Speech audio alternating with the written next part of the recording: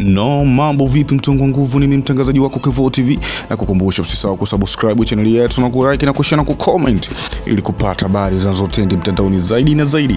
Bwana, habari kubwa na muangalia Chasambi. Wengi tunajua bwana Chasambi ni mchezaji mzuri sana ambaye anafanya mambo makubwa sana hapo katika timu ya Simba. Ni mchezaji kinda ambaye ana uwezo mkubwa sana, na tunajua kabisa msimu ulioisha amejua kuipambania timu ya Simba. Ni mchezaji alikopo anaanza kama sio kuanza, anatokea benchi, ilikopo namba kupata kwake ni kitu kidogo sana, lakini bwana msimu ulivyopinduka ulivyoanza bwana imekuwa changamoto kubwa kwake nyingi sana. Tunajua kabisa Chasambi kwa sasa hivi hapa Msimbazi amekuwa na kibarua fulani kupata namba katika timu ya Simba. Amekuwa ni mchezaji ambaye matumaini ya kupata namba imekuwa ni ngumu sana, kwa sababu tunajua kabisa msimu ulioisha sio msimu huu, msimu kidogo Simba amesajili watu wenye uwezo mkubwa sana, na kwenye upande wa namba yake imekuwa na watu wengi sana ambao wanajua mpira na mafundi, alafu pia ni watu wa kigeni.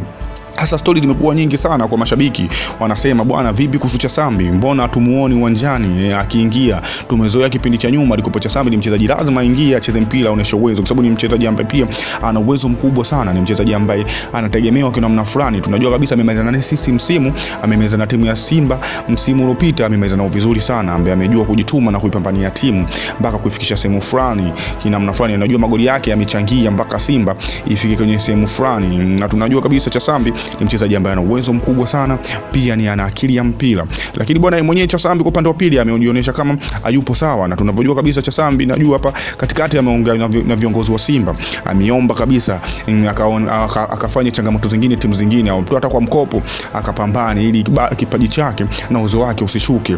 Ameomba kabisa kwa viongozi wa Simba akapambanie timu zingine hata kwa mkopo ili kidogo kipaji chake kiwe fiti. Unajua ukikabenchi sana unaporomoka kwa namna fulani. Sasa aliomba kwa viongozi wa Simba kama vipi aende akapambane kwenye timu zingine ili kiwango chake kisishuke. Mambo yamekuwa ni mengi sana kwa upande wake mchezaji Chasambi, itakuwaje? Na kukumbusha tu mtongo wa nguvu, usisahau kucomment na kulike na kusubscribe channel yetu ili kupata habari zinazotendi mtandaoni zaidi na zaidi. Yangu ni mtongo wa nguvu, asante sana.